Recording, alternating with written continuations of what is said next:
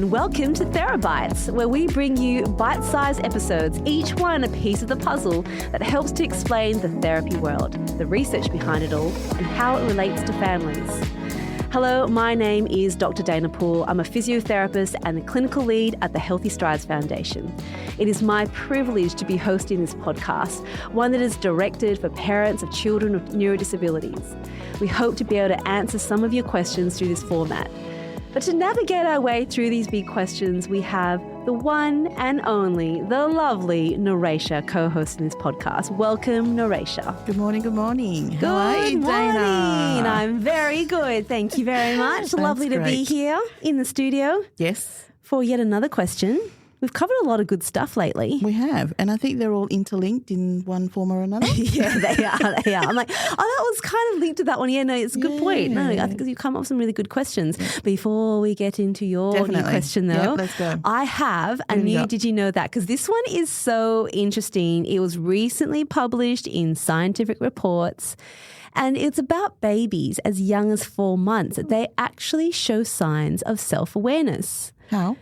Yes, so that's a really good question, because often when you see babies and you're singing to them, you're talking to them, you're smiling at them, they don't really give you much feedback, right? No, Not till they give you your first smile much later. Yeah, but up till then, you're just constantly investing into them, not really knowing where it's going. Okay. So what these researchers have found, though, is that these babies, when they put EEG, so they read their brain signals, and they found that if they are like looking at things coming at them, sensory, like just information coming at them, their brain waves do get going. So they are actually processing all of that. They're integrating various information from the environment. Right. So their vision is all intact. They're just taking note of it. Depth perception, they're just noting all of it. Which links really well with a researcher I spoke to, Giovanni De Liberto in Ireland. Yep. And he found that babies at 7 months, when you're singing nursery rhymes to them, they can note the different acoustic variations. So they can note the different rhythms because their brain waves start going. Okay. Yeah. So we now know, so at 7 months, sing nursery rhymes to your babies because that's how they're learning language and all the different types of language and how we talk. Yep. And babies at 4 months, all the stuff we're doing, making their environment interesting, they are taking it all in. But in saying that, though, even when they're still in their mummy's tummy, aren't we supposed to start reading to them anyway? So doesn't that already start the ball rolling? Yeah, I think so. I think so. I mean, people it a little bit more people put classical music on, don't they? Going, my child's going to be a genius. Yep. And you have those daddies up close to the stomach, and it's like, Well, I think it's always about the environment. I think my take home from this is, even though you don't get that feedback, never undervalue all the good things that you're giving them at that time, because they're just sponges. They really are. I think I agree with that one. Do you reckon? Yeah. So I thought that was a really cool report that comes up that relates to all kids, whether they have a neurodisability or not. Yep. Right? We should be doing it. Yep. So that was my little intro to it. We'll see how we can. Normally, I've been able to sort of like link it back in. We'll see how we go with this one. You don't reckon I can? This one. Okay, challenge accepted. Let's do it. Okay, Let's do it. What is your question for me today? Okay, well, I reckon this topic is on dysphagia. Dysphagia? Dysphagia. Why do I keep that saying probably wrong? Someone on another side of the world probably does say it the way you just did. Yeah. I don't know how you said it. How did you say it? Dysphagia. Dysphagia. Okay. Well, maybe it's just the emphasis was on the wrong syllable. So maybe. I'll say dysphagia, but you can call it what you like. That's okay. I'm not great at pronunciation, so. All right. Dysphagia. Okay. Well, sorry, I've got sidetracked. Okay. So such a difficult word to pronounce. Do you want to say it again? No. And because it is obviously interlinked with cerebral palsy, can you give me more information about it? Just so obviously I can watch out for it. If it does exist. Yeah. I mean, in my boy. Yeah, sure.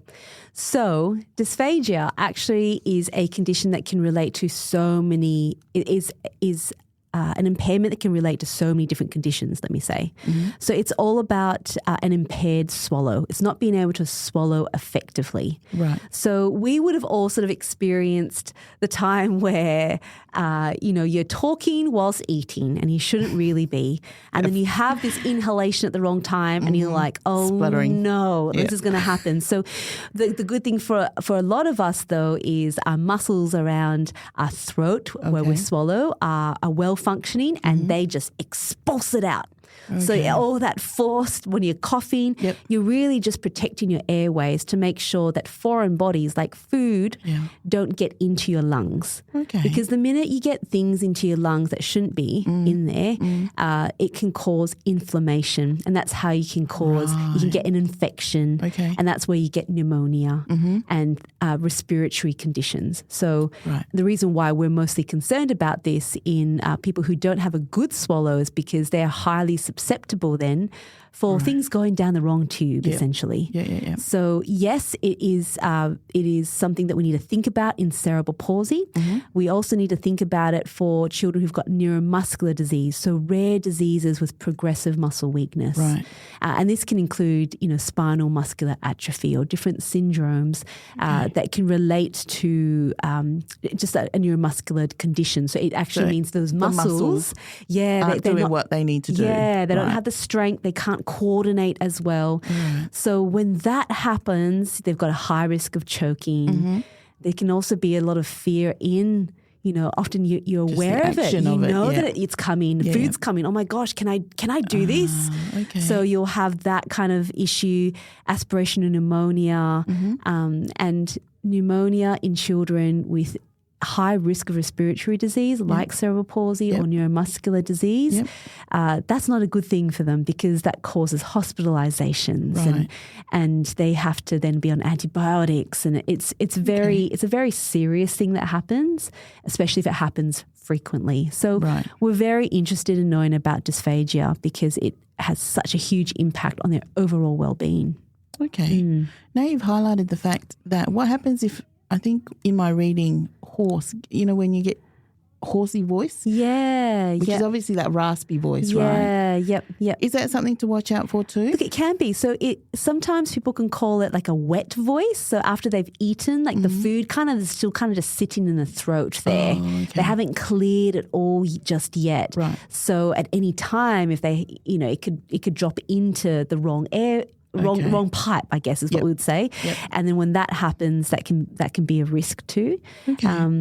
And if also for children who don't have good lung capacity to create a good cough, we often talk about whether kids have a good, strong, effective cough or if they have a really weak cough. Right. You'll often hear physios when they see a kid cough, our reaction is often, wow, good cough, strong cough. And it's because it's such an important thing because if they don't have a strong cough, we know that they can't protect themselves. Oh, okay. So coughing from their tummy then? Is that a good cough? Coughing from their tummy, like a big one, kind of like it means your whole lungs, like all your air fills and expands and it pushes whatever is in those main airways out if it can. Right. Good to know. Yeah. Noted. Because, you notice changes, obviously, with a child with CP, right? And I'm noticing a few changes and, don't know whether to be wary of or not. So it's nice to know that we're discussing something that I can watch out for. Yeah. Look, and generally you would know about it already. Like it's something that's really important to think about really early on when children are younger because they, when you think about what babies and toddlers do when they're younger, they just eat and poop. Yeah, that's right. So you're constantly looking at what goes into their mouth, and the biggest thing you'll note to start off with is failure to thrive. So whether you can get enough nutrition in. Sometimes they might be really slow drinkers. Because they're trying to process so much of it, right? So a lot of these children will need extra nutritional support. So sometimes they might have like a tube that goes into their nose to help them to get some extra nutrition in. So you generally do know about it really early on. It doesn't tend to be something that would pop out of nowhere. So it doesn't progress as they grow. No, not for children with cerebral palsy, but for children with neuromuscular disease where we know it's progressive and it does change over time. The muscles itself get weaker and that does get worse over time. Okay. So it really means that it's important to know the diagnosis because then you know the prognosis, which means like what's the future, what do we know about that condition, and then when to watch out for it. Okay. So two different, very important different pathways.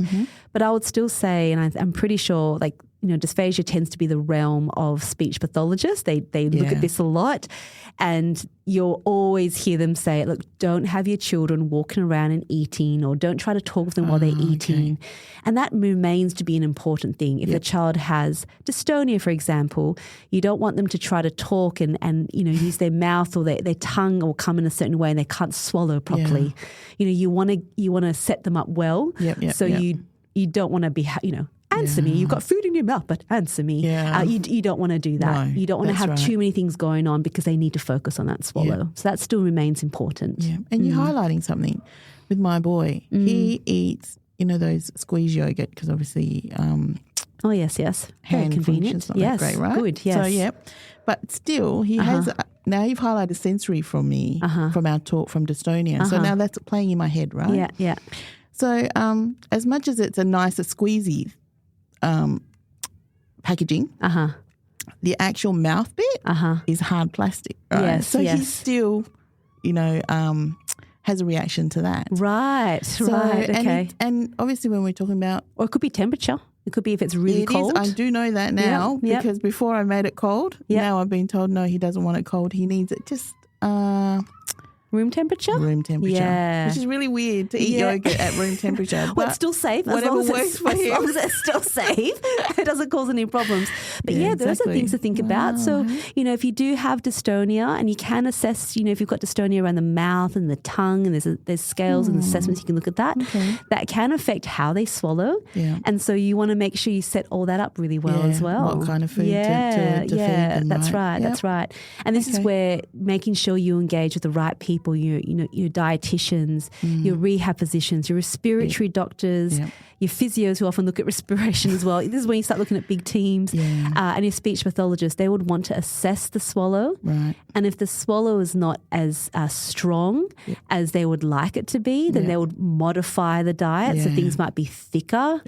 Or they'll look at different textures so that, you know, you can feel it in your mouth more so you can swallow it. Because we just know that particularly we know this for neuromuscular diseases, but also for cerebral palsy that a poor swallow is highly linked to respiratory disease. So when you've always got that in the back of your mind, you tend to need to look at all those factors. But the teams are not small. If we want to look at dysphagia, you have a big team around you. And you need to because it's such a critical part of your body's functioning. It is life-threatening, obviously. Yes. Because the risk of choking is always, you know, is something that you'd be thinking about. Definitely. But the main thing is we're so much more aware of this now. Like, you know, it's come a really long way in the recent years. There's been so many studies on this and we just know how important it is now. So I think we're much more informed than we ever have been. That's good to know.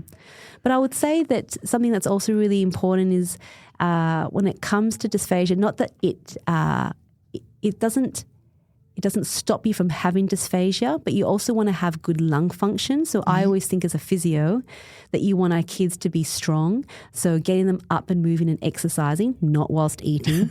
One at a time. Yeah, that's right. Up and exercising, getting like lung cardiovascular health is important because you want them to be able to take deep breaths. You want them to have that good cardiovascular fitness and health that would help if you were to ever face anything like, you know, if you did get a respiratory condition, like is your lungs, are they in good shape? So that if you're sedentary, you don't move very much. And they tend to be the children that have the highest risk of dysphagia. You want to make sure you keep them moving too. So some really practical things you can look at too. Yeah, definitely. I think you've answered most of the questions. Okay, in relation to it. Oh, thank you. That was good. So I guess to sum it all up, if you do note that you have a child that, you're a bit concerned about their swallow, it's something that definitely needs to be taken seriously. Go to your doctors, speak to your speech pathologist. You do need to look at nutrition as well, just to make sure that your child is supported the best they can. And if you do get lots of recurrent chest infections, that's a bit of a sign that maybe there is, food going down the wrong way, because it can be silent. Sometimes kids will cough. That at least means they can feel it. But if they're not coughing, they're not even sensing that. So it's that silent. That's right. So chest infections will definitely give it away, and we want our children to be well. All right. Thank you. You're very welcome. Thanks for advices of what to watch out for. My pleasure. I hope that was helpful for everyone else as well. We'll talk to you all again next time. Bye. Bye.